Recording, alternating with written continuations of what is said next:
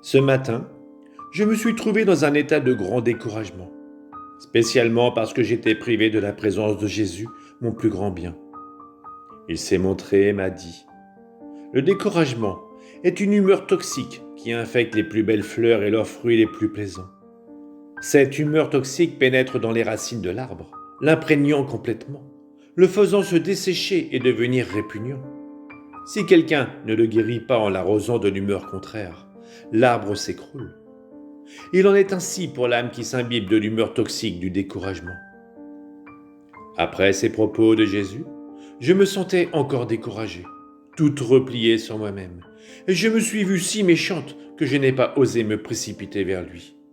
Mon esprit se disait, il est inutile pour moi d'espérer plus longtemps ces visites continuelles, ces grâces, ces charismes comme avant. Tout est fini pour moi. Presque en me réprimandant, Jésus ajouta, « Que fais-tu ? Que fais-tu ? Ne sais-tu pas que le manque de confiance rend l'âme comme moribonde ? En pensant qu'elle va mourir, l'âme ne sait comment disposer de la vie. Comment acquérir la grâce ? Comment s'en servir ?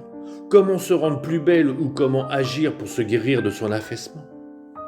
Ah Seigneur, il me semble voir ce fantôme du manque de confiance, malpropre, amaigri, craintif et tout tremblant, et qui, de tout son art, sans autre instrument que la peur, conduit l'âme à la fosse. Et ce qui est pire, ce fantôme ne se montre pas comme un ennemi, car alors l'âme pourrait le démasquer. Il se montre plutôt comme un ami. Il s'infiltre secrètement, feignant d'agoniser avec l'âme et se disant prête à mourir avec elle. Et si l'âme n'est pas attentive, elle ne saura comment se débarrasser de cette tromperie.